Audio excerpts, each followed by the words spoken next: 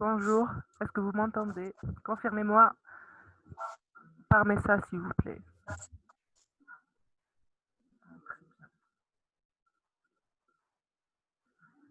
Très bien, on commence la séance. Donc, on va voir aujourd'hui la spectroscopie de résonance magnétique nucléaire.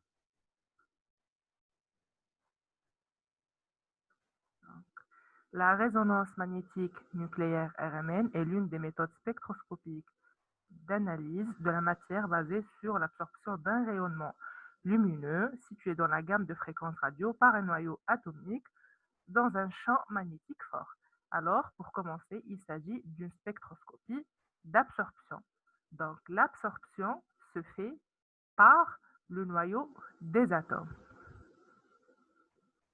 Donc, dans la spectroscopie UV visible, on a vu que l'absorption se fait par les électrons. Dans ce type de spectroscopie qui est la spectroscopie RMN, l'absorption se fait par le noyau. Donc, il s'agit de l'absorption d'un rayonnement lumineux.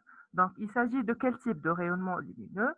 C'est les rayonnements lumineux situés dans la gamme des fréquences radio. Donc, il faudrait l'existence d'un champ magnétique extérieur fort. Donc, pour récapituler, c'est une spectroscopie d'absorption. L'absorption d'un rayonnement lumineux situé dans la zone de fréquence radio. L'absorption se fait par les noyaux en présence d'un champ magnétique fort extérieur. Donc, pour mieux se situer, on va faire un petit rappel sur le spectre donc, de la lumière et on va voir donc où se situent exactement les fréquences radio. Donc, si vous avez des questions, bien sûr, n'hésitez pas à m'écrire, je vais vous répondre. Donc, on continue.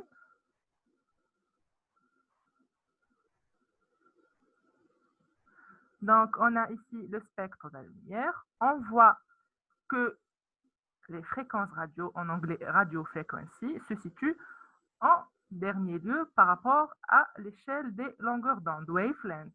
Donc, c'est les fréquences qui ont les longueurs d'onde les plus élevées. Voilà, donc ils sont situés en dernier lieu après les microwaves, après les micro-ondes, et ils sont situés en premier donc dans l'échelle des longueurs d'onde, dans l'échelle des fréquencies. En seconde. Donc, ils ont les longueurs d'onde les plus élevées, les fréquences les plus basses. Donc, les radiofréquences sont situées donc ici en dernier par rapport au nombre de donc, par rapport aux longueurs d'onde, ils ont les longueurs d'onde les plus élevées et les fréquences les plus basses. Un rappel sur la composition du noyau. Donc, un atome est constitué par un noyau autour duquel on trouve les électrons. Le noyau lui-même est constitué par les protons et les neutrons. Donc, les protons qui portent la charge positive. Les neutrons donc, sont des particules neutres qui n'ont aucune charge. Les électrons, on connaît leur charge, ils sont négatifs. Donc, un atome, c'est les électrons plus le noyau. Le noyau, c'est les protons plus les neutrons. Donc, si on donne le symbole X à un atome, A, c'est le nombre de... Donc, A, c'est le nombre de masse, Z, c'est le nombre de charges. Z, c'est le nombre de charges qui représente le nombre de protons. Z, c'est le nombre de protons. A, c'est le nombre de protons. A, qui est le nombre de masse, ou donc la masse atomique, c'est le nombre de protons plus le nombre de neutrons. Donc, pour obtenir le nombre de neutrons, on fait soustraire Z de A. On fait soustraire le nombre de protons Z de A, qui est la somme des nombres de protons plus le nombre de neutrons. Très bien. Maintenant, on va voir la notion de spin nucléaire. Donc, Le spin nucléaire, qui est une nouvelle notion pour vous, vous connaissez certainement le spin électronique, mais c'est la première fois que vous allez voir le spin nucléaire. Donc, c'est quoi le spin en général? Vous pouvez me répondre par message, bien sûr. Donc, c'est quoi le spin? Est-ce que vous savez c'est quoi le spin? Non, je n'ai pas de réponse, je ne vois pas de réponse ici. Donc, le spin est une grandeur quantique physique qui est liée au mouvement de rotation d'une particule. Le spin, c'est quoi? C'est une grandeur quantique physique qui est liée au mouvement de rotation donc d'une particule sur elle-même. Donc, on sait qu'une particule donc, peut se déplacer. Donc, elle a un mouvement extrinsèque qui est le déplacement, elle se déplace, et elle a un mouvement intrinsèque qui est la rotation sur elle-même. Donc, le spin, c'est une grandeur quantique qui est liée au mouvement de rotation d'une particule. Donc, ici, le spin nucléaire, il est lié au mouvement de rotation du noyau qui est la somme des protons et de neutrons. Donc, comme les électrons, est-ce que vous m'entendez toujours? Est-ce que vous m'entendez? Je ne vois pas d'interaction ici. Si vous avez des questions, donc, n'hésitez pas. Est-ce que vous m'entendez? Oui. Alors, très bien, merci. Alors, on continue. Donc, comment se répartissent les électrons dans un noyau? Pardon, dans un atome. Les électrons se répartissent en couches. C'est exactement la même chose pour les protons et les neutrons. Ils se répartissent en couches et ils s'associent par paire. C'est-à-dire qu'en tout, ils sont associés deux par deux. Donc, de telle sorte que les spins de deux neutrons ou les spins de deux protons soient opposés, exactement comme ceux des électrons. Donc, le nombre quantique de spin I peut prendre plusieurs valeurs selon le nombre de masses et le nombre de charges. Donc, on a trois cas de figure. On a trois cas de figure. Donc, le premier cas, c'est lorsque le nombre de masses A est donc pair et le nombre de charges Z est pair. Ça veut dire si le nombre de charges est pair ainsi que le nombre de masses. Donc, si on prend l'exemple ici du carbone, alors on a le carbone 12, 6. Donc, le nombre de masse qui est 12 égal à 12, le nombre de charges, le nombre de protons est égal à 6. Donc, automatiquement, si les deux donc, sont pairs, automatiquement, le nombre de neutrons sera aussi pair. Le cas du carbone ici, le nombre de neutrons qui est égal à 12 moins 6 est égal à 6 et pair.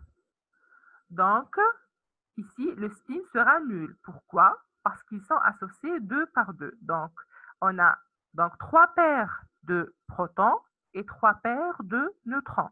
Donc, 6 divisé par 2, ça fait 3. Donc, on a trois paires de neutrons et trois paires de protons. Donc, donc, si on prend donc l'exemple d'une paire, plus un demi et moins un demi, ça fait 0. Donc, on a 3 zéros pour les protons et 3 zéros pour les neutrons. Donc, la somme est égale à 0. La même chose pour l'hélium. 4, 2. Donc, on a 2 protons et 2 neutrons. Donc, on a une paire de protons et une paire de neutrons. Donc, le spin d'une paire est égal à 0 parce que le spin de chaque élément de la paire donc, sont opposés. On a toujours plus un demi et moins un demi. Donc, on a une paire de neutrons. Donc, ça fait une paire de neutrons. Le spin total est égal à 0. Une paire de neutrons, le spin total est égal à 0. Donc, le total, ça fait 0. Donc, ça, c'est le premier cas de figure. Très bien.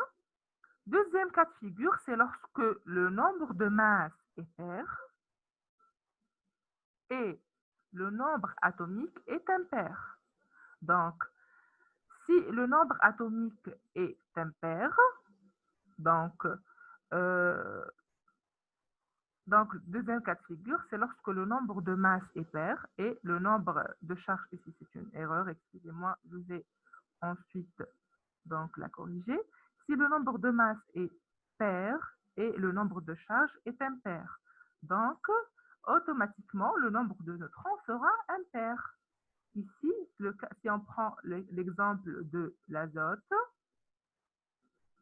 donc 14 et 7, donc si on fait 14 moins 7, le nombre de neutrons est égal à 7. Donc, si le nombre de masse est pair et le nombre de charge est impair, le nombre de neutrons sera aussi impair. Donc, si on va organiser le nombre de protons qui est 7 par paire, donc on aura 3 paires et un proton qui sera libre. 3 paires et un proton qui sera libre. Donc, on a 3 zéros plus un demi. Un demi, c'est le spin du proton libre.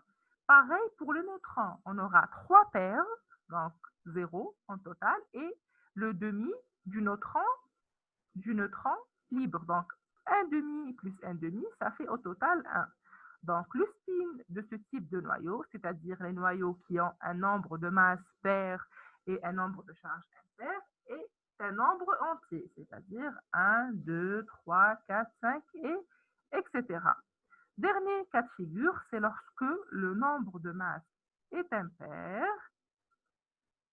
Donc, lorsque le nombre de masse est impair, cela veut dire que, donc si la somme est impaire, c'est-à-dire que soit le nombre de protons est pair et le nombre de neutrons est impair, ou l'inverse, soit on a le nombre de protons impair et le nombre de neutrons pair. Donc c'est l'inverse pour avoir, donc il faut avoir les deux cas, c'est-à-dire impair plus pair pour avoir un total qui sera impair. Donc ici, on prend l'exemple du carbone, donc l'isotope du carbone 13, 6.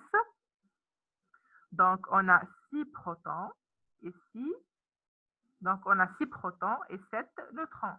Donc, pour les protons, on a 3 paires. Donc, la somme est égale à 0. Et on a dit qu'on a 7 neutrons. Donc, 3 paires et un neutron qui sera libre. Donc, le spin total du carbone ici sera égal à 1 demi. Donc, dans ce cas de figure, le spin est un multiple impair de 1 demi. Donc, on a vu les 3 cas de figure. Pourquoi on est en train d'étudier les spins? Parce que tout simplement, les seuls noyaux actifs en RMN sont les noyaux qui ont un spin non nul.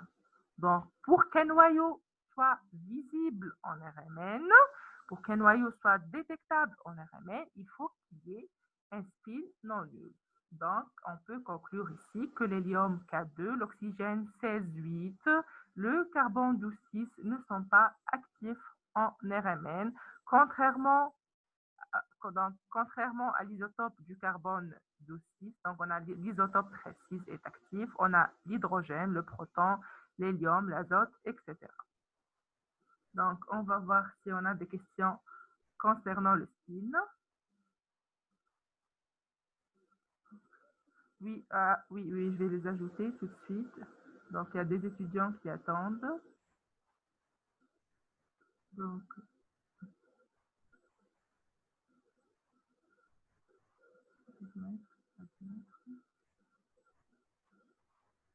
admettre. Normalement, j'ai accepté tout le monde.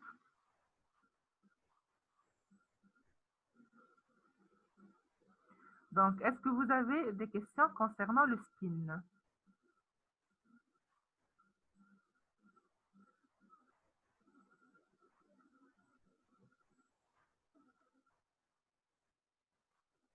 Donc, il y a une étudiante qui me demande d'expliquer le troisième cas. Il y a une étudiante qui demande donc de réexpliquer le troisième cas. On va le revoir tout de suite. Donc, pour le troisième cas, le nombre de masse qui est A est impair. Le nombre de masse A est impair. Qu'est-ce que cela veut dire? Si la somme, donc si on a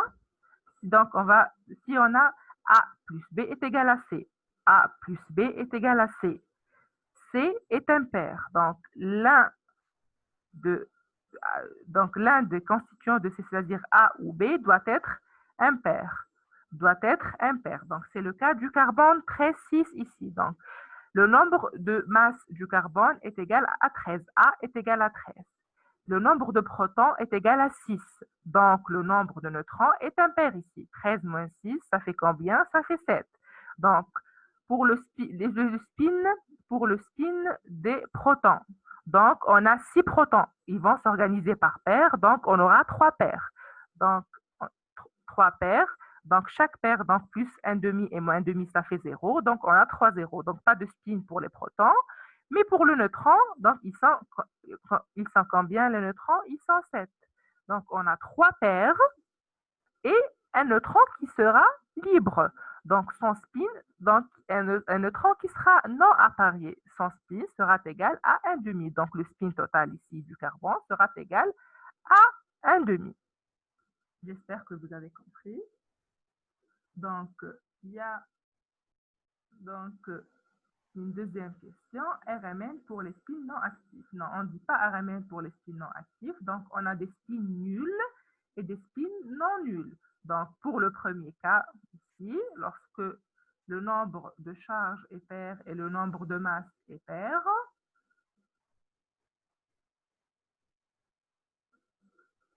donc, on revient au premier cas. Donc, on prend l'exemple du carbone 12,6. Son spin est égal à 0. Donc, il a un spin nul. Il n'est pas actif en RMN. Donc, on ne peut pas faire l'RMN du carbone 12,6. Par contre, on peut faire l'RMN du carbone 13,6 parce qu'il a un spin non nul qui est égal à 1 demi.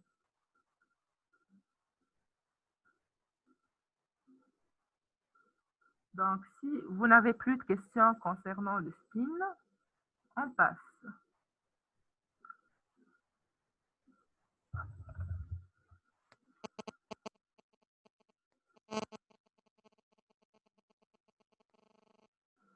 Donc, voici donc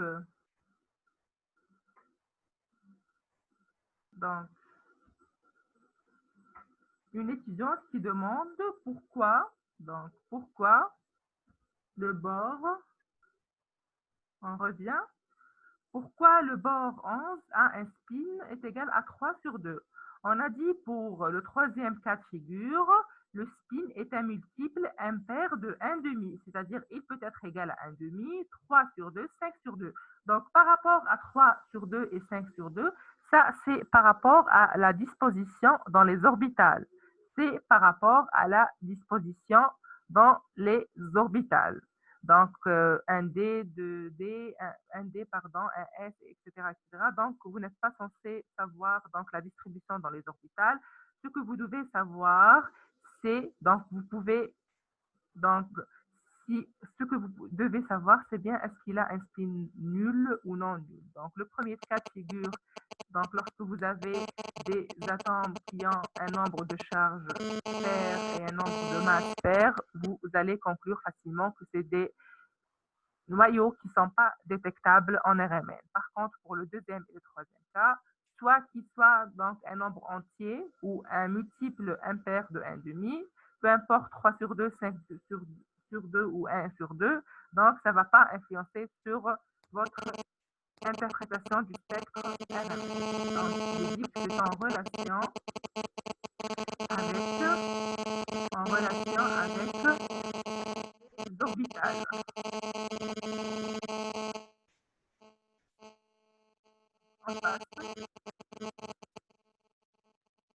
Donc, voici le tableau périodique. Donc on voit les spins des différents éléments.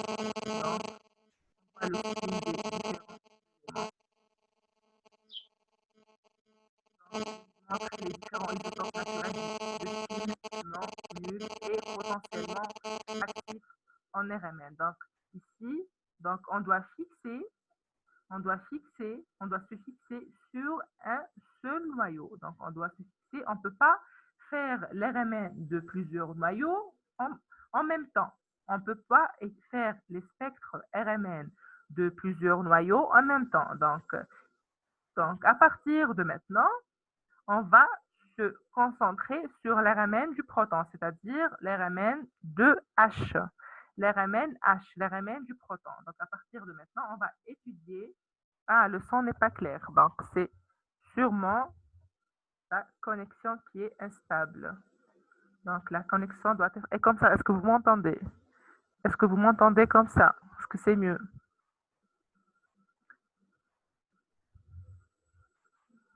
Vous m'entendez?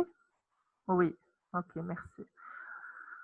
Donc, à partir de maintenant, on va étudier l'RMN du proton. Donc, parce on peut pas étudier plusieurs noyaux en même temps. On doit se fixer sur un seul noyau.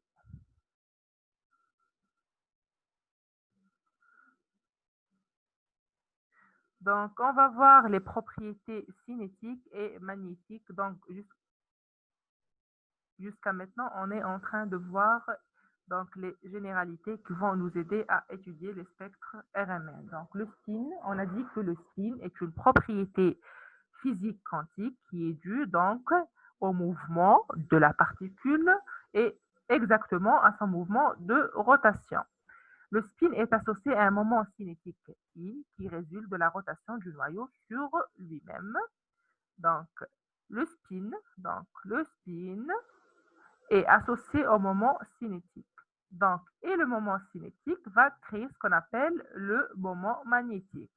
Parce qu'en tournant sur elle-même, la particule va créer une sorte de champ magnétique. Elle va se comporter comme un micro ou un nano-aimant. Donc, c'est quoi donc l'aimantation ou un aimant? C'est la propriété donc d'attraction. C'est la propriété d'attraction. Donc, les moments cinétiques et magnétiques sont des vecteurs collinéaires qui sont liés par gamma qui est le rapport gyrométrique. Donc, le moment magnétique mu est égal à gamma qui est le rapport gyrométrique, fois le I qui est le moment cinétique.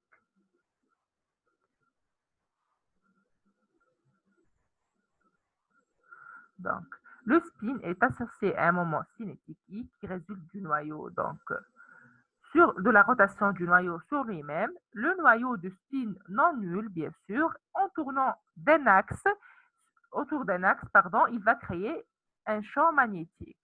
On dit qu'il est doué d'un moment magnétique mu qui est collinéaire avec le moment cinétique.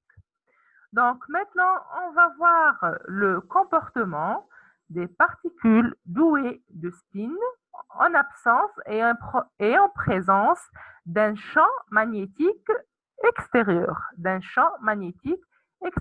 Dans la première image ici, on voit des particules qui sont donc orientées d'une manière aléatoire. On voit des particules qui sont orientées d'une manière aléatoire, donc dans tous les sens.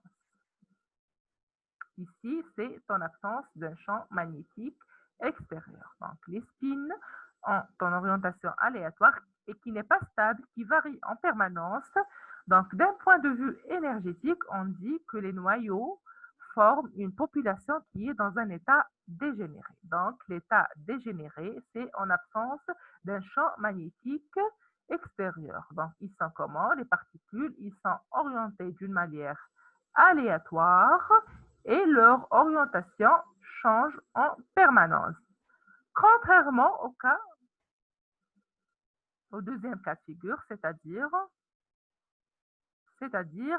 lorsqu'on applique un champ magnétique extérieur fort, noté B0 ici en bleu. Donc, qu'est-ce qu'on remarque?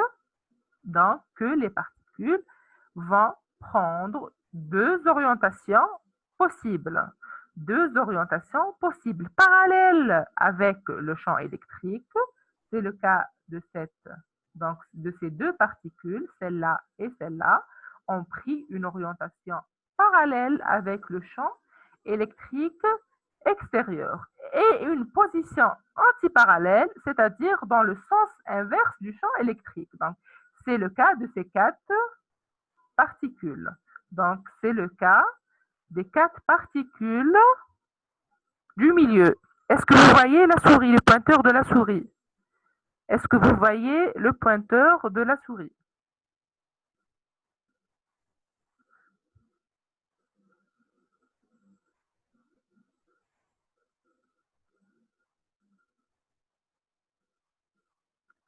Vous le voyez, très bien. Oui, oui, d'accord, très bien. Donc,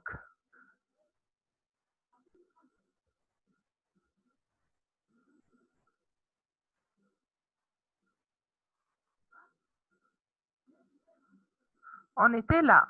Donc, ces deux particules ont pris une orientation parallèle avec le champ électrique, pardon, avec le champ magnétique, pas électrique, avec le champ magnétique extérieur et les particules ici, ces quatre particules ont pris une orientation antiparallèle. Donc ici, d'un point de vue énergétique, on dit qu'il y a une levée de la dégénérescence. Donc pour récapituler,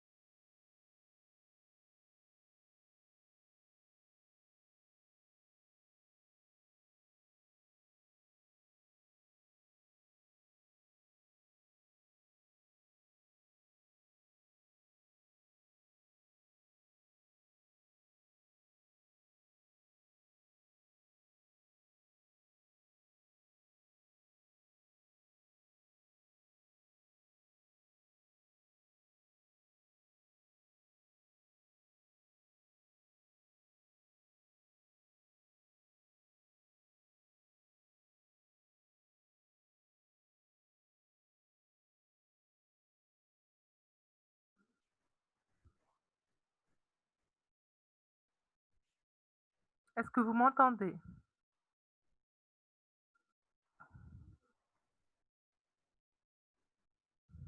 Oui, donc on reprend.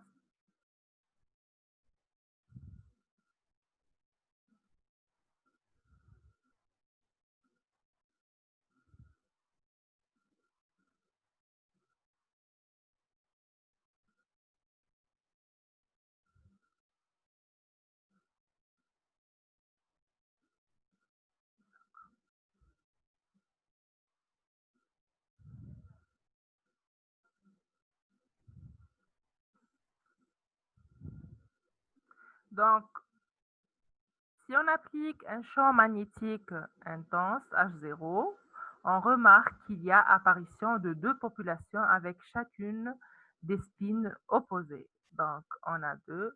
Donc, celle-là est parallèle au champ magnétique. On voit le nord ici et le sud ici. Et celle-là, elle est inversée. Donc, celle-là a un spin égal à plus 1,5 et celle-là a un spin égal à moins 1,5. Donc, l'énergie potentielle est égale à E, est égale à moins mu fois bêta. Mu, c'est le moment magnétique, bien sûr. Bêta, c'est le champ magnétique extérieur appliqué. Donc, l'énergie, donc la population qui est parallèle au champ magnétique extérieur est appelée alpha et celle qui est antiparallèle au champ magnétique est appelée population bêta. Donc, si on remplace ici le champ magnétique donc, par sa formule, on aura l'énergie potentielle de la population bêta et la population alpha. Donc, celle de bêta est égale à plus gamma. Gamma, c'est le rapport géométrique 1,5. H, c'est la constante de Planck, 2pi fois bêta 0, qui est le champ magnétique extérieur. Et alpha sera l'inverse. Donc, c'est la même formule avec deux signes S'il vous plaît, opposés. madame, on ne voit Donc, rien. cette énergie par projection et pour un proton se décompose en deux énergies, E alpha et E bêta. Alors, ici, donc H0 est égal à 0, c'est-à-dire c'est en absence d'un champ Madame, extérieur. H0 est supérieur madame, il n'y a pas d'écran. et en présence d'un champ magnétique extérieur. Donc, on voit qu'il y a deux orientations. Une orientation parallèle au champ magnétique H0 extérieur, E alpha, et S'il vous plaît, madame, on ne voit rien. E bêta. Bêta, c'est la population qui prend le sens antiparallèle au champ magnétique extérieur. Et bien sûr, la population la plus stable, c'est celle qui a l'énergie la plus faible. C'est E alpha. C'est la population la plus stable, c'est la population qui a une énergie la plus faible. Donc, si on fait la différence entre les deux niveaux d'énergie delta E, ça sera E2, E bêta, donc E2 qui est donc l'énergie la plus élevée, moins E1 qui est l'énergie la plus faible. Donc, l'écart entre les deux niveaux d'énergie est proportionnel au champ bêta, c'est-à-dire plus on applique un champ magnétique extérieur fort et plus on a une différence d'énergie entre les deux niveaux qui sera plus élevée. Donc, statistiquement, selon l'équation de Boltzmann, l'énergie le plus stable, c'est-à-dire, le niveau le plus stable, c'est-à-dire le niveau qui a l'énergie la plus faible, sera le niveau le plus donc, peuplé, parce que les particules ont tendance à être dans un état donc plus stable, un état de plus faible énergie.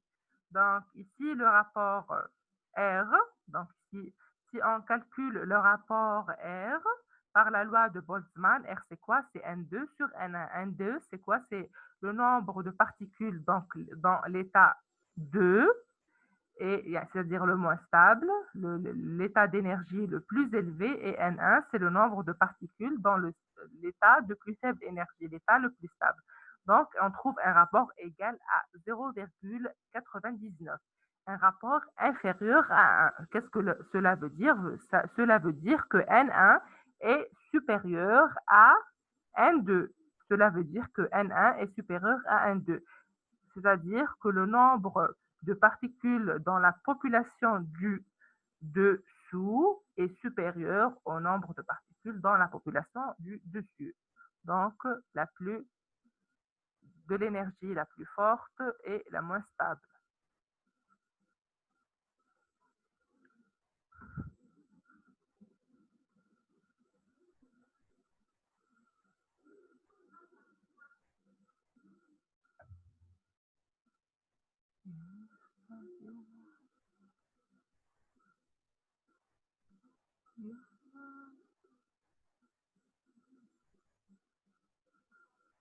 Il n'y a pas d'image. Ne me dites pas que ça fait longtemps que je suis en train de parler toute seule. Est-ce que vous m'entendez maintenant? Il n'y a pas d'image. Alors, j'étais en train de parler sans image. Ok, je vais répéter, il n'y a pas de problème. Je vais répéter, il n'y a pas de problème.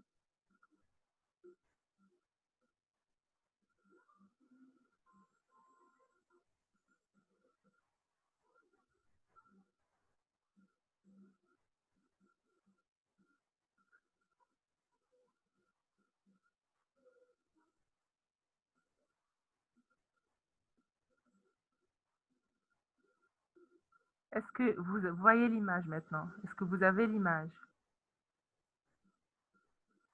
Est-ce que vous avez l'image?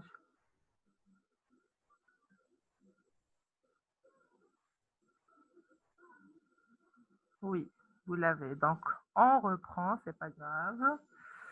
On reprend.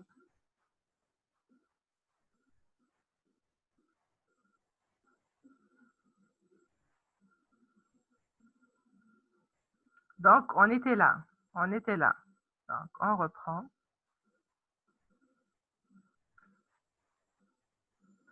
Donc, on avait dit qu'on remarque l'apparition de deux populations différentes. Une qui prend l'orientation du champ magnétique extérieur et une qui prend le sens inverse. Donc, ceux qui prennent le sens du champ magnétique externe B0 donc, sont appelés alpha. Donc, ils ont un spin égal à plus 1,5. Et ceux qui prennent la direction antiparallèle sont appelés bêta. Ils ont un spin égal à moins 1,5.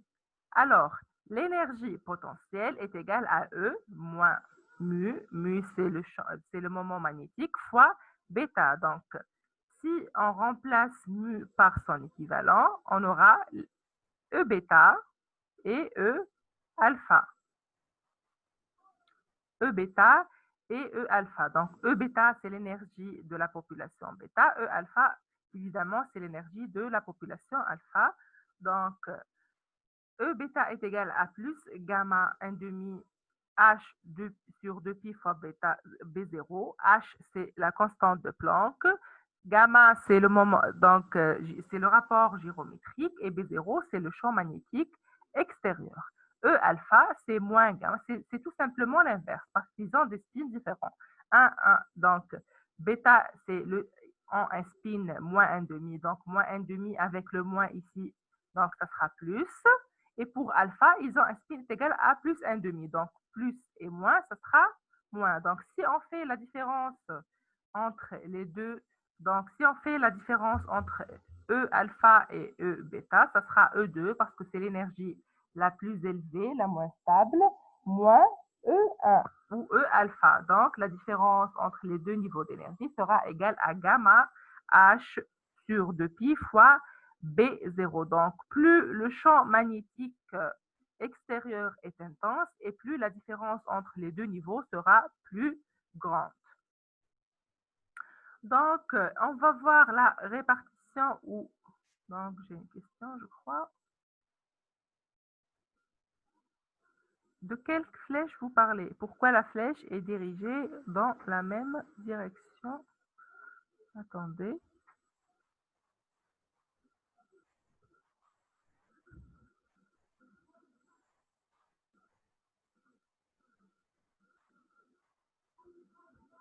De quelle flèche vous parlez, monsieur? Je ne vois pas la flèche. De quelle flèche vous parlez? Ici, c'est le champ magnétique extérieur, H0. Ici, c'est l'orientation de la population alpha qui est parallèle au champ magnétique extérieur. Et bêta, ils ont une orientation antiparallèle, inverse. Je ne vois pas de quelle flèche vous parlez. Donc, on va voir la population ou le nombre de particules pour chaque population alpha et bêta. Donc, on sait que les particules ont tendance à aller vers le niveau le plus stable, c'est-à-dire le niveau de plus faible énergie.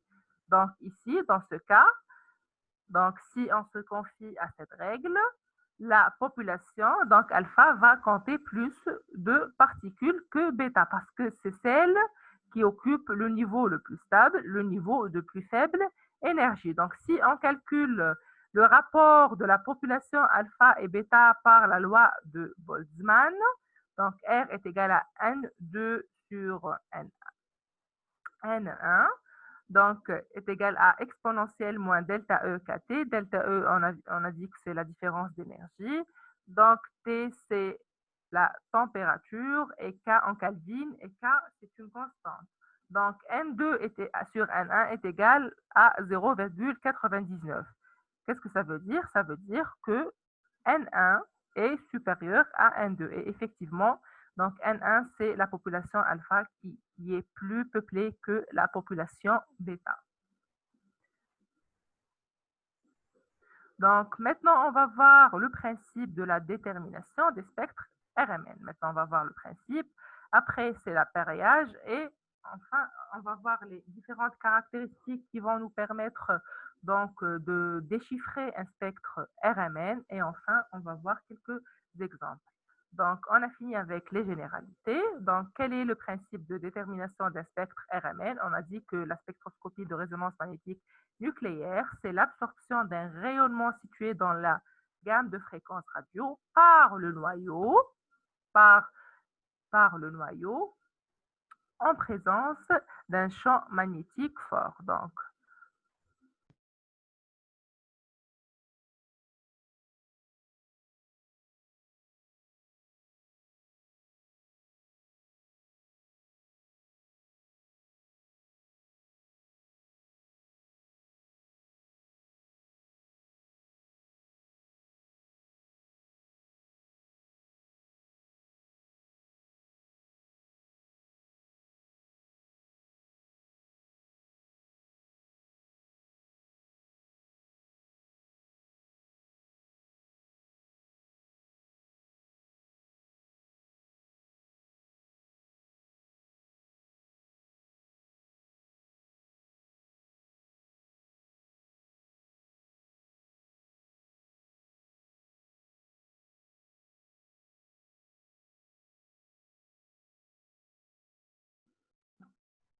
Donc, on reprend, désolé pour les coupures, c'est dû à la mauvaise qualité de connexion.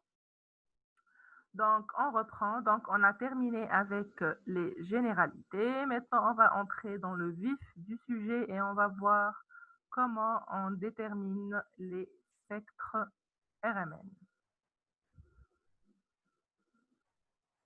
Donc, la première étape, c'est la polarisation, c'est-à-dire l'excitation par une onde située dans la gamme de fréquences radio. L'excitation des noyaux par une onde électromagnétique située dans la zone de fréquence radio. Donc, on va exciter par une onde HV.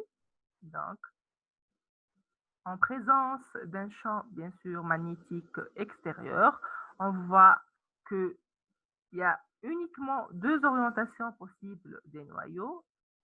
Donc, l'orientation parallèle et antiparallèle, cela veut dire qu'il y a donc un champ magnétique appliqué. Donc, on va faire une excitation par une onde radio V dans un champ magnétique fort. Donc, qu'est-ce qui va se passer? L'absorption du quantum d'énergie fournit donc de la radiofréquence V, elle va faire passer le noyau de l'état fondamental parallèle à l'état excité antiparallèle de l'état alpha. Donc, on a vu qu'il y a passage de deux noyaux donc, qui étaient là auparavant. Donc, dans l'état alpha, ils sont passés de l'état alpha vers l'état bêta antiparallèle. On va dire que ce noyau est en résonance. Donc, ce noyau est en résonance. La résonance est obtenue pour donc la résonance, comment on va la calculer? Donc, comment on va calculer la fréquence de résonance V par la relation de l'Armor. Donc, c'est gamma, rapport gyrométrique sur 2π fois bêta, 0 qui est le champ magnétique extérieur. Donc, qu'est-ce qui va se passer ensuite selon vous? Et comme d'habitude, il va y avoir le retour vers l'état le plus stable. Il va y avoir le retour vers l'état le plus stable qu'on appelle relaxation. Donc, après absorption d'énergie, les noyaux excités tendent à retrouver la distribution d'équilibre de Boltzmann par relaxation. Donc, il va y avoir émission d'une radiofréquence HV. Donc, il va y avoir l'émission d'une radiofréquence HV et retour vers l'état fondamental le plus stable.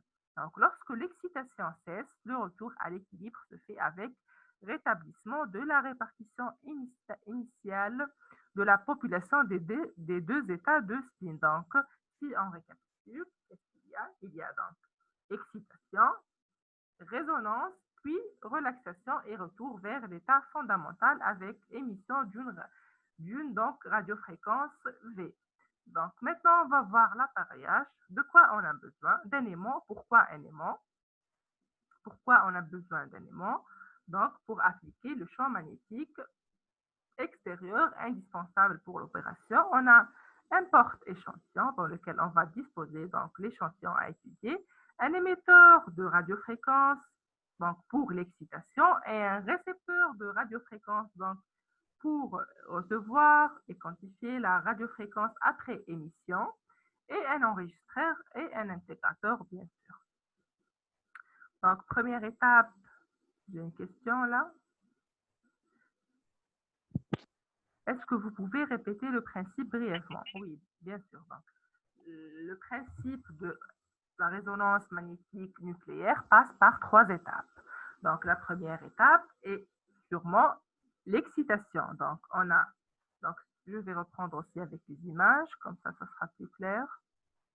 Attendez, donc, précédent.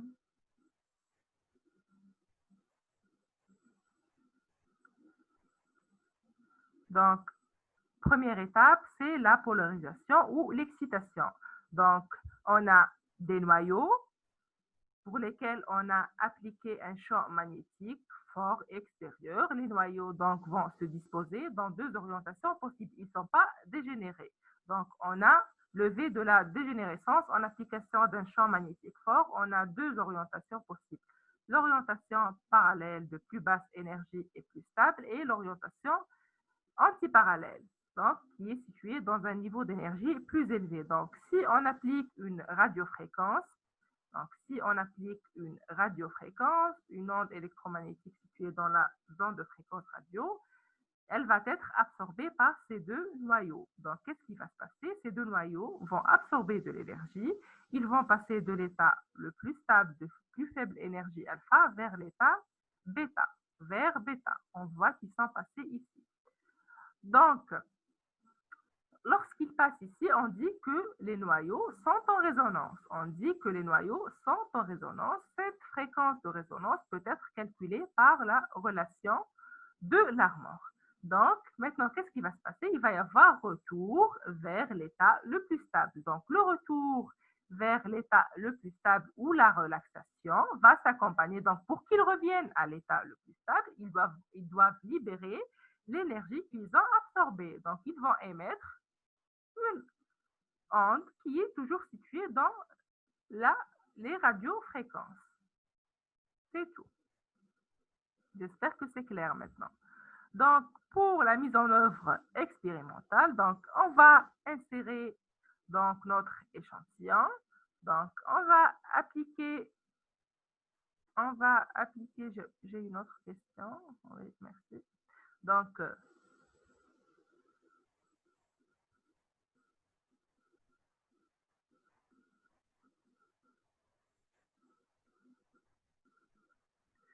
on va insérer notre échantillon, on va appliquer donc le champ magnétique, il y a émission de la radiofréquence, puis réception de la radiofréquence, traitement, transfert des données et traitement des données. Donc, comment se présente un spectre RMN? Comment se présente un spectre RMN? Vous avez vu déjà les spectres UV visibles.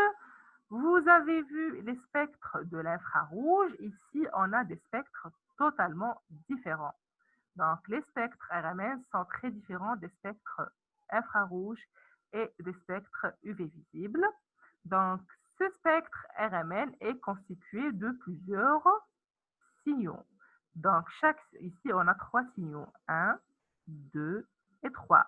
Donc, chaque signal est appelé massif. Chaque signal est appelé massif. Et chaque massif est constitué par un ou plusieurs pics, donc qu'on appelle bâtonnets. Donc, chaque massif est constitué par un ou plusieurs pics. Le premier massif ici est constitué, par exemple, par un seul pic. Les deux derniers, donc le deuxième et le troisième massif, on voit qu'ils sont constitués de plusieurs pics ou plusieurs bâtonnets. Donc, chaque bâtonnet est appelé résonance. Ce spectre RMN montre les signaux des noyaux des atomes. On a dit qu'on va étudier uniquement l'RMN du proton, de l'hydrogène. Donc, ce spectre RMN montre les signaux des noyaux des atomes d'hydrogène de l'éthanol. Ici, on est en train d'étudier l'éthanol. Il s'agit d'un spectre RMNH, c'est-à-dire RMN du proton, de l'éthanol ou spectre proton. Très bien, maintenant, on va voir ensuite comment attribuer chaque signal à. On va voir ensuite comment on va attribuer chaque massif au groupe de protons équivalent.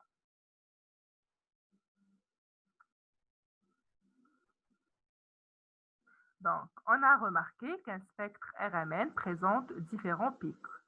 Pourquoi un spectre RMN présente différents pics? Parce que tout simplement, chaque proton donc, a un environnement chimique qui lui est propre. Chaque proton a un environnement chimique différent. C'est pourquoi on a des signaux différents. Maintenant, on va voir les différentes caractéristiques de l'RMN qui vont nous permettre donc d'étudier les spectres RMN donc, et de déduire les formules ou les composés équivalents à ces spectres. Au sein de la molécule, l'environnement électronique de chaque noyau crée un rempart qui le protège de l'effet du champ extérieur H. Qu'est-ce que ça veut dire? On sait que le noyau est entouré par les électrons. Dans un atome, le noyau est entouré par des électrons. Donc, qu'est-ce qu'ils vont faire, ces électrons? Ils vont s'entourer autour de ce noyau et créer une sorte de barrière. Une sorte de barrière vis-à-vis de quoi? Vis-à-vis du champ magnétique extérieur. Donc, ils vont le protéger du champ magnétique extérieur.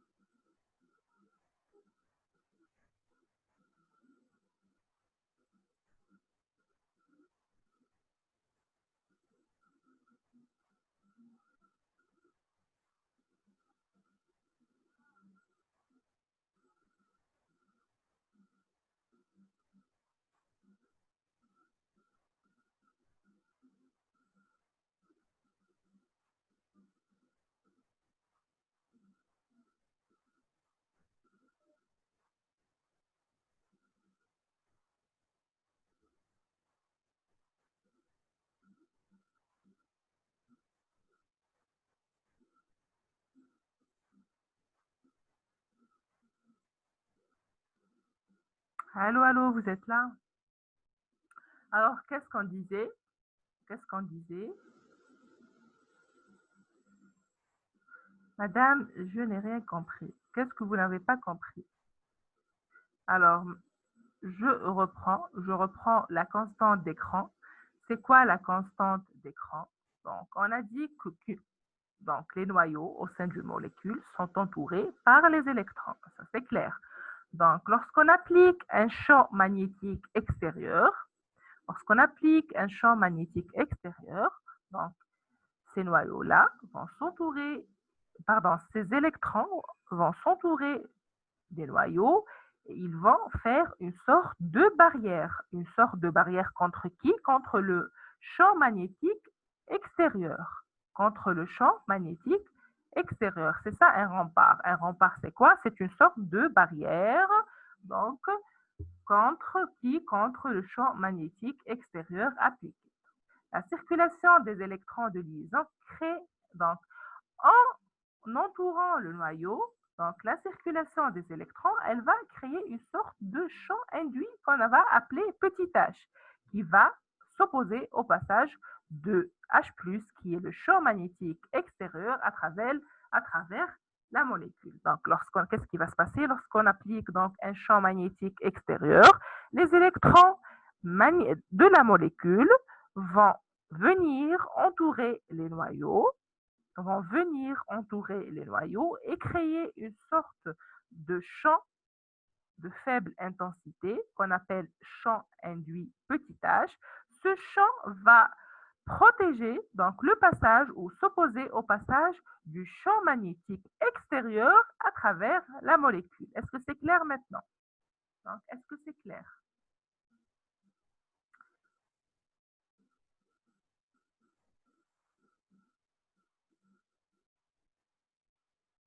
Oui, c'est clair. Pour les signaux et les massifs, donc quelqu'un est en train de poser une question concernant les signaux et les massifs. Donc, c'est juste un petit aperçu. On va les voir en détail ensuite. On va les détailler ensuite. Ne vous inquiétez pas. Donc, je vous ai juste montré comment se présente un spectre RMN. On va les détailler ensuite. Donc, comment on calcule le champ effectif, c'est-à-dire le champ qui va influencer effectivement la molécule, c'est le grand H, H0, c'est-à-dire le champ magnétique extérieur, moins petit h, le champ magnétique induit par les électrons. Le champ magnétique induit par les électrons. Donc, et il sera égal à grand H moins la constante d'écran fois petit h. La constante d'écran fois petit h, la constante d'écran fois grand H ou H0, qui est le champ magnétique extérieur, c'est petit h. Petit h ici, on l'a remplacé par la constante d'écran fois le champ magnétique extérieur. Donc, on voit bien que le champ magnétique extérieur et le champ induit par les électrons sont proportionnels, c'est-à-dire plus on applique un champ magnétique extérieur élevé et plus la constante d'écran, donc ou le blindage donc des électrons sera plus fort. Donc cet effet écran, cet effet de protection des électrons s'appelle effet de blindage. S'appelle effet de blindage. Donc, ici, on voit que les électrons entourent le noyau qui est représenté par son spin, qui est représenté par une flèche. Donc, ici, donc c'est des blindages. Des blindages, donc en appliquant un champ magnétique fort, on voit le champ magnétique, c'est les flèches en vert. Le champ magnétique, c'est les flèches en vert. Donc, au début, on voit qu'il y a une orientation, donc que le noyau a pris une orientation parallèle au champ magnétique fort. Après, il y a l'effet de blindage, c'est-à-dire que les électrons sont venus pour entourer le noyau, qui est représenté par son spin par la flèche noire. Les noyaux sont venus entourer ce noyau et ils l'ont protégé en quelque sorte contre l'effet du champ électrique extérieur et on voit bien que le noyau a changé d'orientation. Donc, quelle est la conséquence de cet effet de blindage? Il va conduire à un décalage de la fréquence de résonance. Donc, le blindage des électrons va conduire à un décalage de la fréquence de résonance qu'on a vu tout à l'heure. C'est pourquoi on repère les déplacements chimiques. Donc, ce décalage de fréquence de résonance est appelé déplacement chimique. Donc, on va le référer par rapport au tétranichylsilane, le TMS. Le SiCH3 est une référence de blindage. Donc, si on veut calculer le déplacement chimique qui est dû au blindage, le déplacement chimique qui est calculé donc avec la particule par million, c'est VI, qui est la fréquence de résonance du noyau en question, moins V référence, qui est la fréquence de résonance de la référence TMS, sur V0. Donc, si on veut calculer le déplacement chimique du TMS, ça sera VI, c'est lui-même V référence. Donc, ici, on aura 0, on aura V référence moins VTMS moins VTMS, ça va nous donner 0. Donc, le déplacement chimique du TMS est égal à 0. Pourquoi on a choisi donc le TMS? Pourquoi on a choisi le TMS, le tétraméthylsilane, comme référence selon vous? Parce que c'est une molécule qui est fortement blindée. C'est une molécule qui est saturée ici. Elle est fortement blindée. C'est pour ça qu'on l'a choisi comme référence. Donc, elle est ici sur l'échelle. Donc, son déplacement chimique est égal à 0. Donc, plus on a un déplacement chimique plus on a un déplacement chimique qui tend vers 0, et plus la molécule est blindée, et plus on a un écran fort de blindage. Et plus on s'éloigne du 0, c'est-à-dire plus le déplacement chimique est grand, et plus la molécule est déblindée. Donc, le TMS, qui est la molécule donc la plus blindée de toutes les molécules, le TMS qui est la molécule la plus blindée de toutes les molécules et qui a un déplacement chimique égal à 0 est situé ici. Donc, plus on a des molécules qui se rapprochent de 0, donc qui ont un déplacement qui se rapproche de 0, et plus ces molécules ont un fort effet de blindage. Donc, si un signal sort à un déplacement chimique élevé, on dit qu'il sort à un champ faible, c'est-à-dire qu'il est déblindé. Donc, ici, on a quelques exemples de quelques molécules.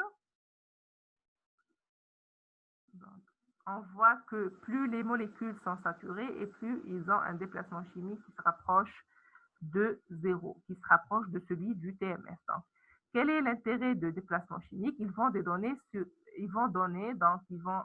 nous orienter sur l'environnement chimique du groupe auquel appartient le proton qu'on veut étudier. Donc, il va nous aider à identifier les groupes de protons à partir de la valeur des déplacements chimiques. Donc, voici l'échelle des déplacements chimiques. Donc, si on a le déplacement chimique d'une molécule, il va nous permettre de se situer dans cette échelle. Donc, et on va connaître à peu près à quel groupe de molécules appartient donc la molécule qu'on veut étudier. Donc, comment prévoir maintenant? On va voir c'est quoi la courbe d'intégration. C'est-à-dire comment on va prévoir le nombre de signaux par spectre. On a dit que le spectre RMN, donc, se présente sous forme de massif. Donc, chaque massif va contenir un ou plusieurs bâtonnets. Autour de ci. Donc, plus on a des protons différents. Qu'est-ce que ça veut dire des protons différents? C'est-à-dire des protons qui ont des environnements chimiques différents, c'est-à-dire des protons qui sont entourés par des atomes différents. Et plus on aura de signaux.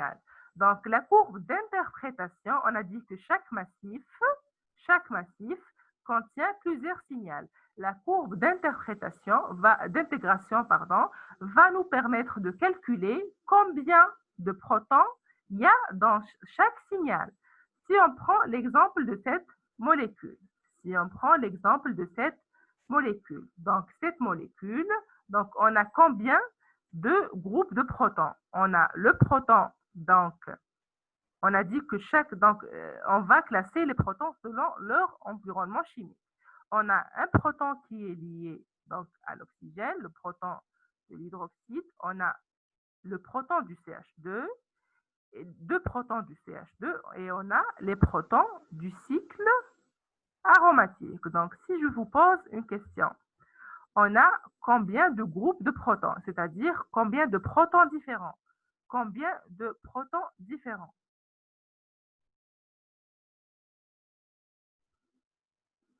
On a combien, si je vous pose la question? 3. Très bien. On a 3 groupes de protons différents.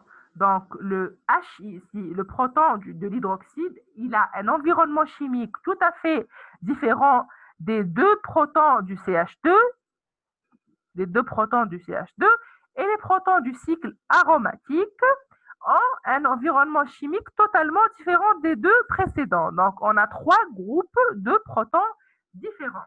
Vous avez bien répondu à la question, très bien, donc vous avez compris. Donc, on aura combien de signaux? On aura 3 signaux. 3 signaux pour 3 groupes de protons différents. On a le premier signal, le deuxième signal et le troisième signal.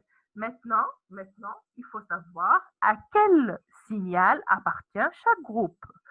Si on prend le premier signal, est-ce que c'est le signal de ce proton? Ou bien est-ce que c'est le signal des protons du CH2?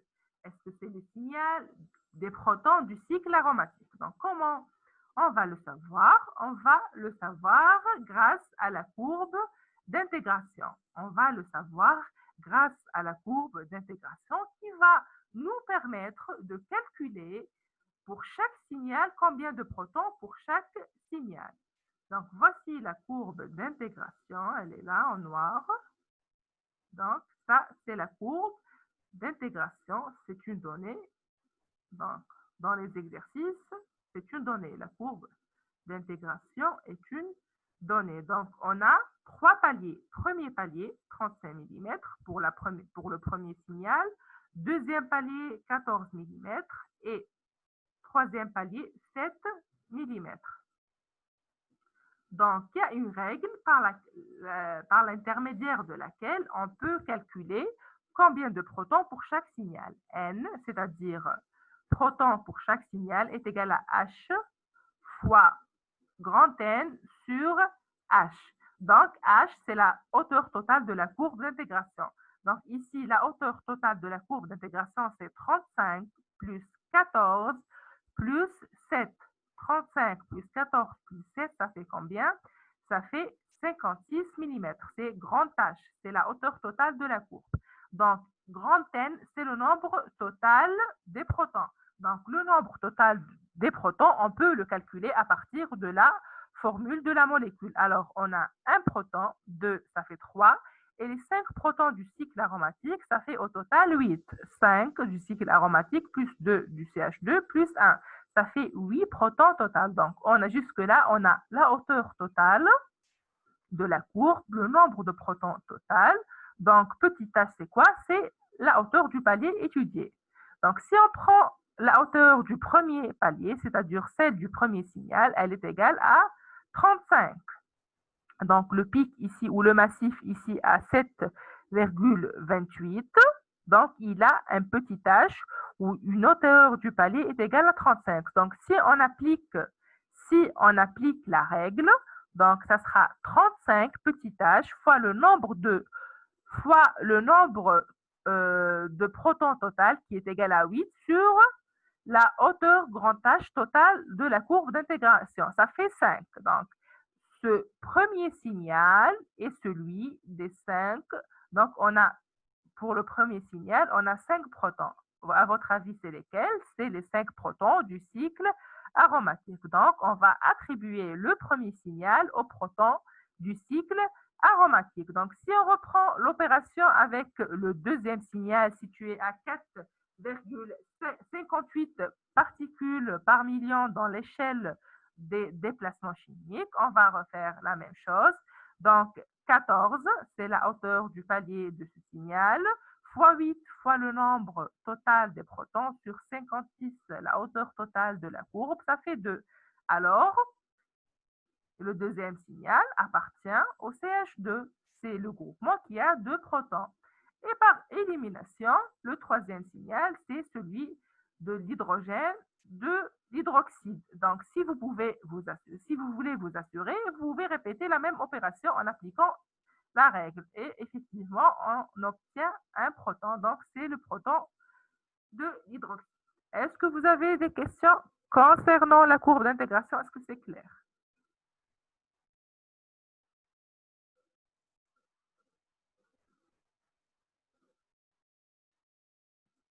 Alors, j'attends vos réponses.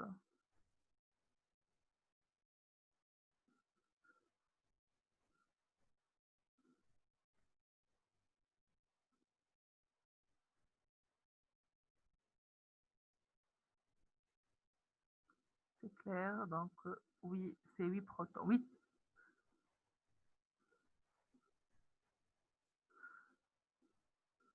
Donc, Nesrine Abdi est en train de poser quel est l'intérêt donc du blindage.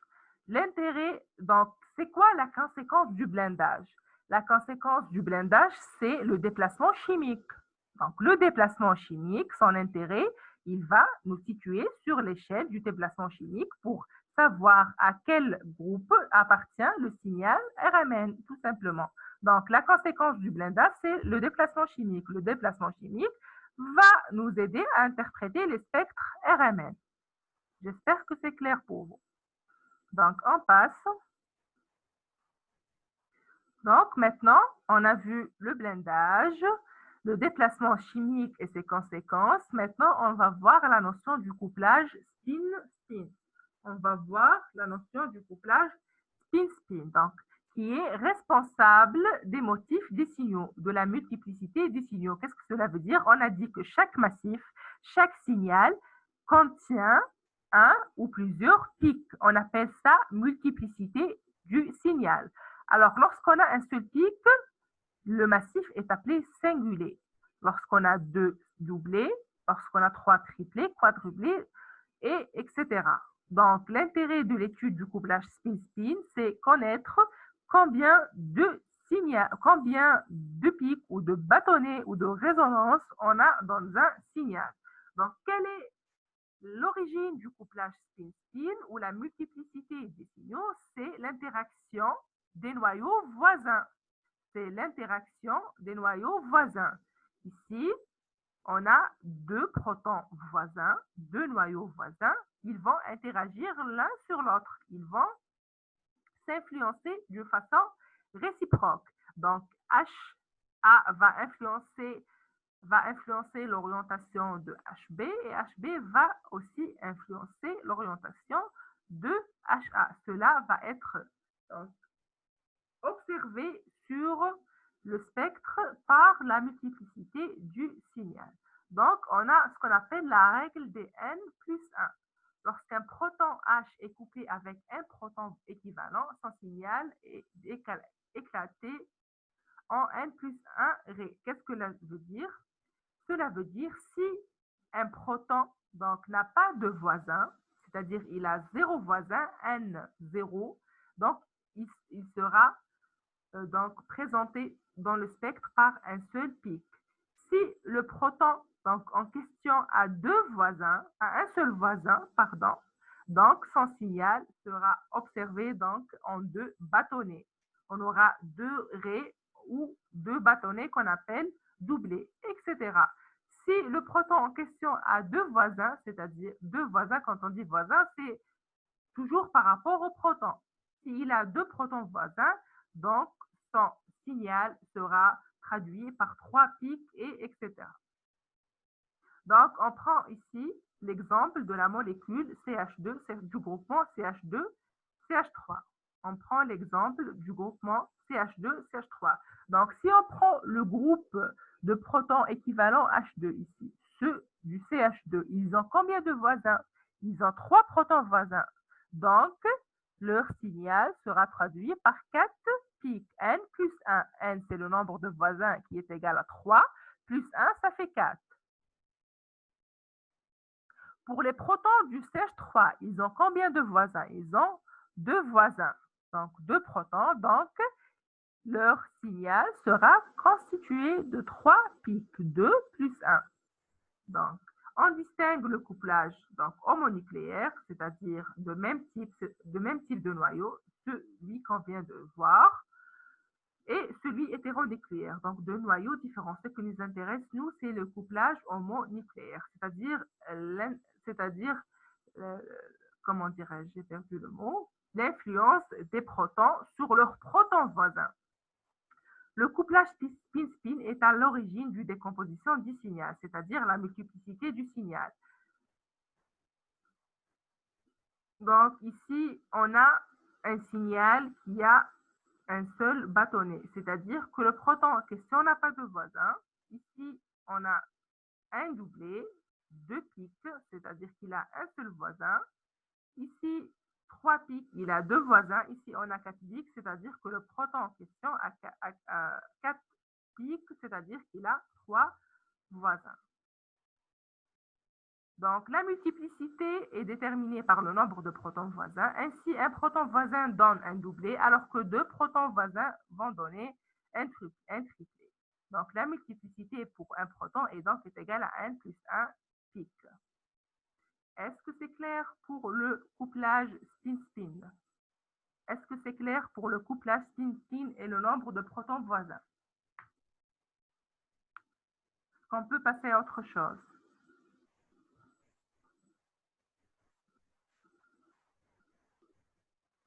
Oui, très bien. Donc, on passe.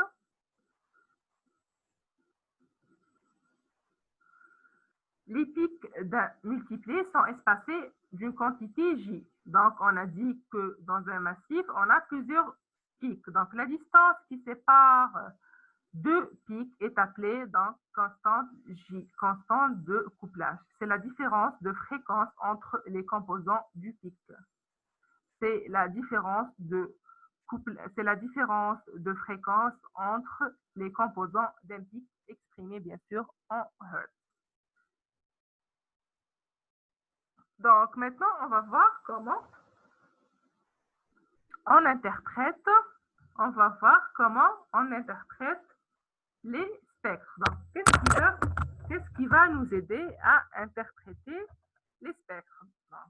C'est les paramètres qu'on vient de voir maintenant.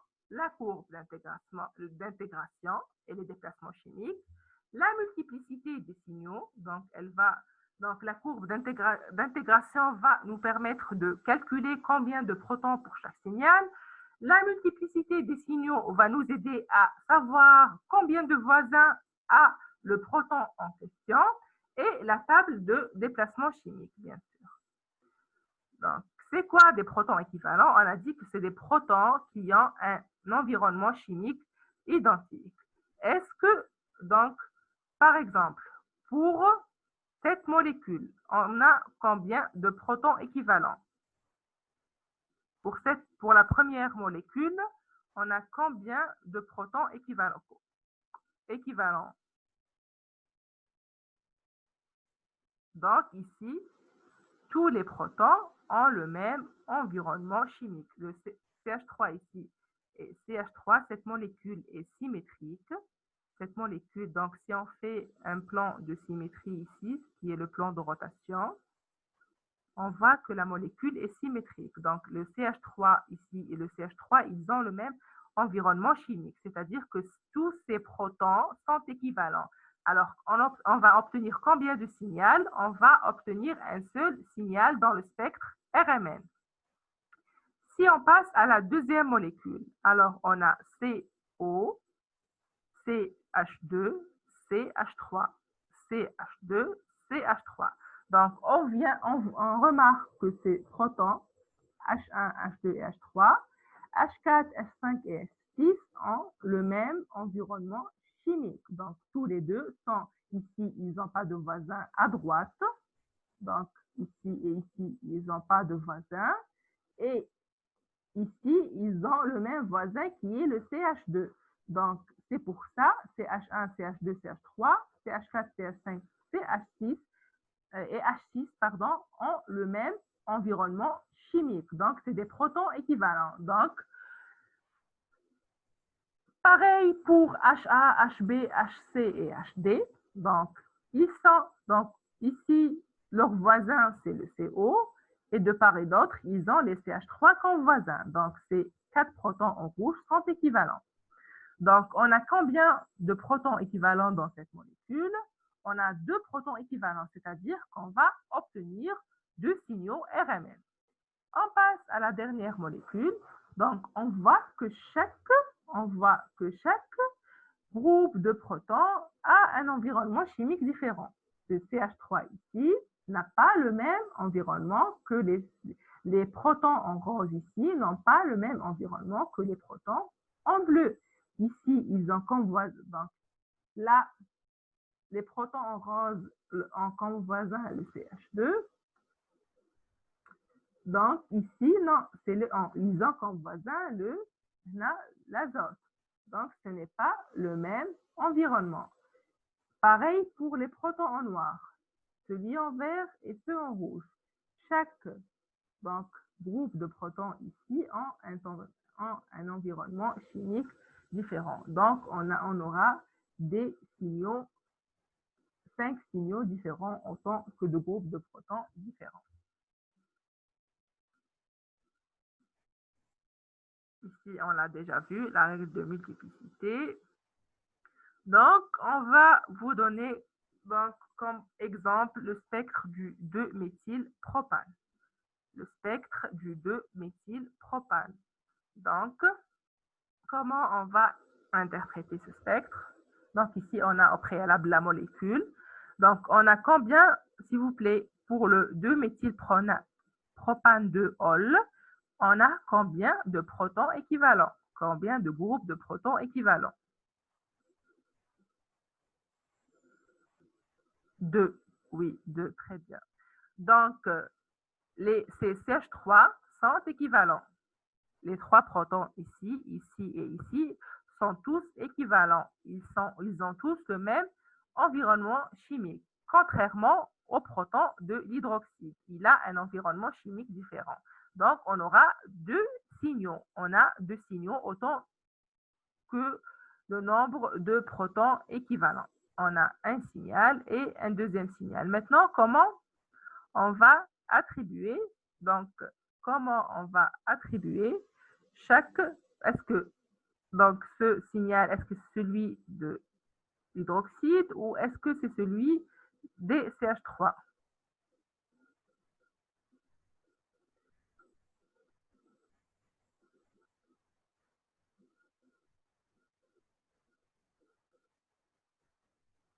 Donc, comment on va savoir? Donc, à quel signal appartient chaque groupe de protons? Est-ce le pic en petit là, est-ce que c'est celui de l'hydroxyde ou est-ce que c'est celui des CH3? À votre avis, comment on va le savoir?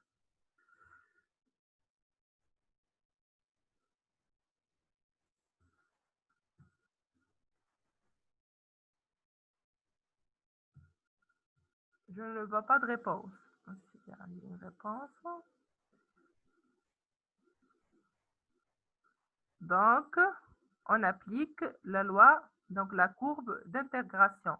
Est-ce que vous avez les données? Est-ce que vous avez la hauteur? Est-ce que vous avez la hauteur? Est-ce que vous avez la hauteur des paliers pour appliquer la loi de la courbe d'intégration? C'est une solution, mais elle exige qu'on ait les valeurs. Donc, oui, c'est une solution, mais cette solution requiert des données. Elle requiert d'avoir la hauteur des paliers, mais on ne les a pas ici. On ne les a pas. Donc, ce qui va nous aider à connaître et attribuer chaque groupe de protons à son signal, c'est le déplacement chimique. C'est le déplacement chimique. Ce n'est pas la courbe d'intégration ici. Alors, essayez avec le déplacement chimique. Essayez avec le déplacement chimique. Qu'est-ce qu'on avait dit tout à l'heure? Plus on s'approche de 0, c'est-à-dire plus on s'approche du tétraméthylsilane et plus les noyaux sont blindés. Alors, réponse? Alors, réponse? Je vous ai facilité. Je vous ai facilité la tâche. Alors, je dis que plus on s'approche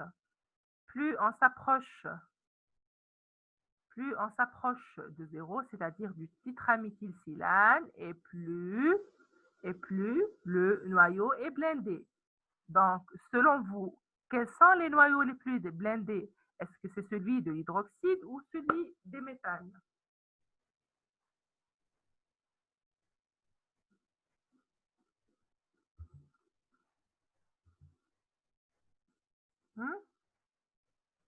C'est facile.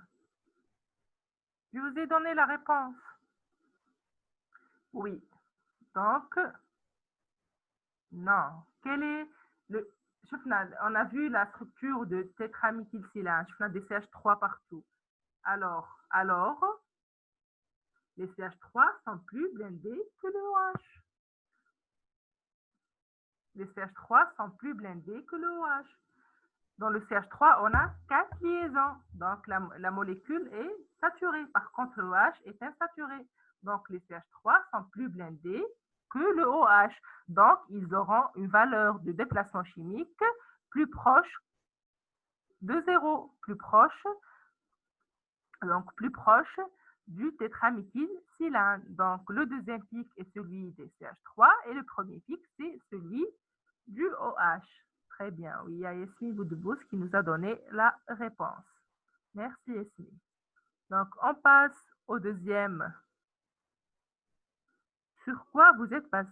Donc, il y a Nesrina Abdi qui nous demande sur quoi vous vous êtes basé. Donc, on a voulu se baser sur la courbe d'interprétation.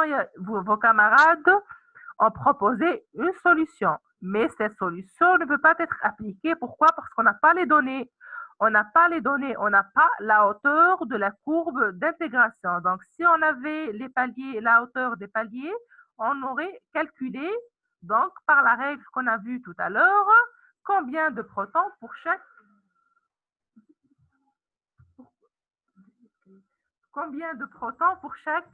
signal. Combien de protons pour chaque signal. Mais malheureusement, on n'a pas les données. Donc, on va se baser, Nesrine, sur le déplacement chimique. On a dit que plus les noyaux sont blindés et plus leur déplacement chimique s'approche de 0, s'approche de celui du tétraméthylsilane. Ici, les CH3 sont plus blindés des OH, donc leur déplacement chimique est le plus faible. C'est celui qui se rapproche de 0 le plus. Et c'est celui-là. Contrairement au H qui est déblendé par rapport au CH3. J'espère que c'est clair pour vous, Abdin Frid. Donc, on passe au deuxième. Donc, ici, deuxième exemple, on a l'exemple de l'éthanoate d'éthyle. Donc, on a la structure détaillée, de la molécule, on a son spectre RMN, on doit attribuer chaque signal à son groupement de protons équivalents. Donc, on a combien de groupes de protons d'abord? Combien de groupes de protons a-t-on? 3. On a 3, très bien. On a ce groupe, le deuxième groupe qui est celui du CH2 et le troisième groupe à la fin ici. Donc, on a 3 signaux. Très bien. Maintenant, on doit attribuer chaque signal à son groupe. Comment on fait?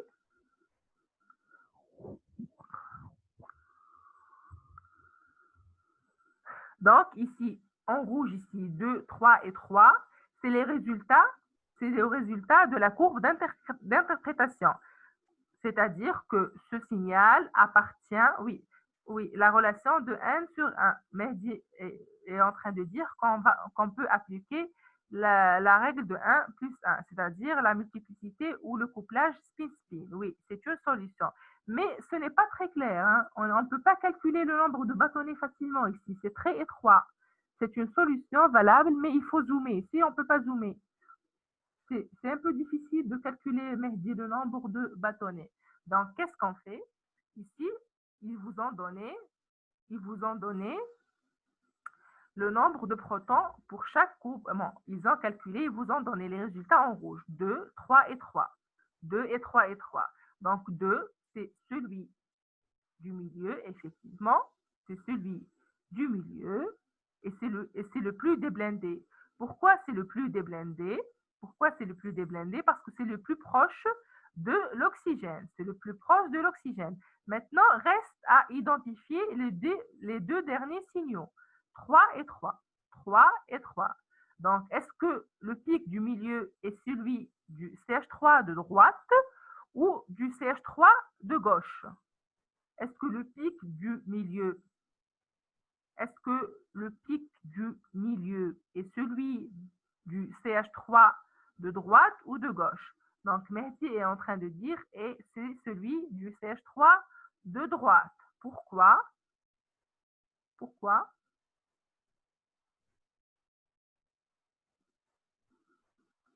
Alors, pourquoi? Pourquoi, Mehdi?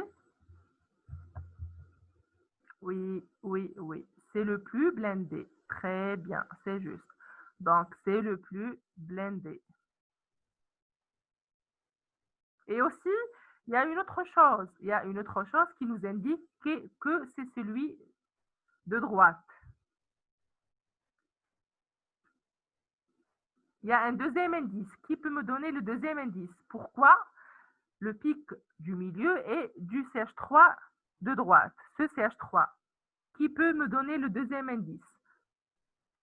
Très bien. Sarah Boudier vous dit par le nombre de bâtonnets. Très bien. Alors, ce pic est constitué par un seul bâtonnet. C'est-à-dire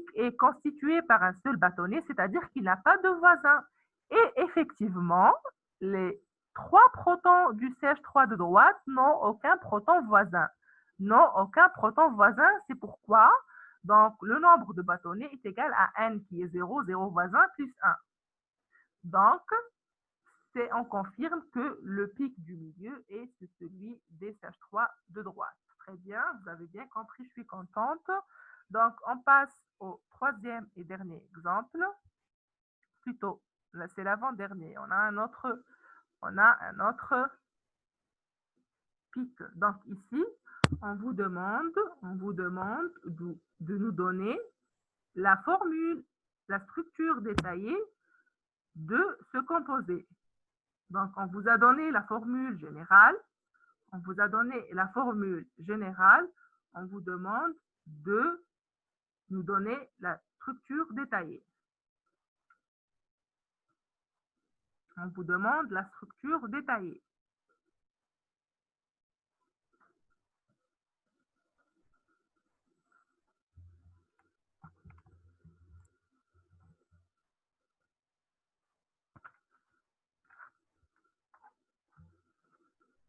Alors, je vais activer la caméra et on va faire l'exercice. Donc, on va le faire ensemble.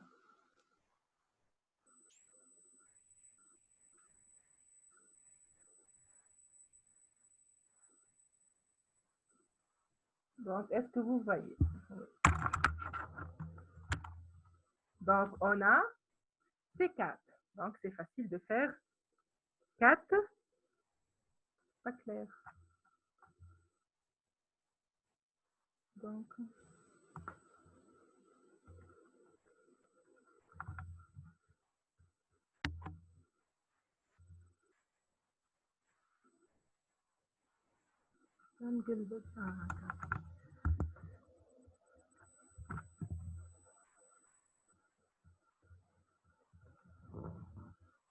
on a C4.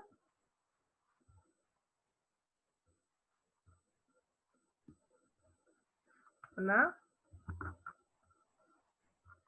4 atomes de carbone. On a... Ça, c'est pas clair. Non, je vais partager avec vous. Allez, ça ne marche pas avec la caméra.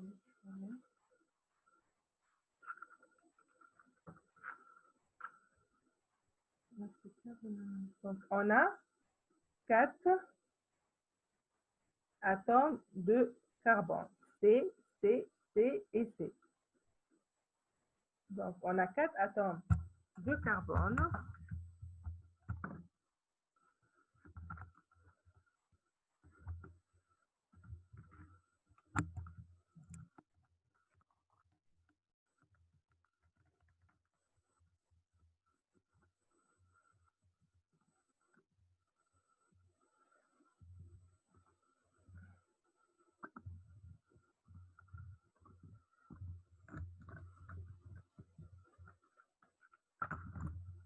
Donc, on a 4 atomes de... Ça ne marche pas du tout. Alors, Malish, essayez d'imaginer, Barka. On a 4 atomes de carbone.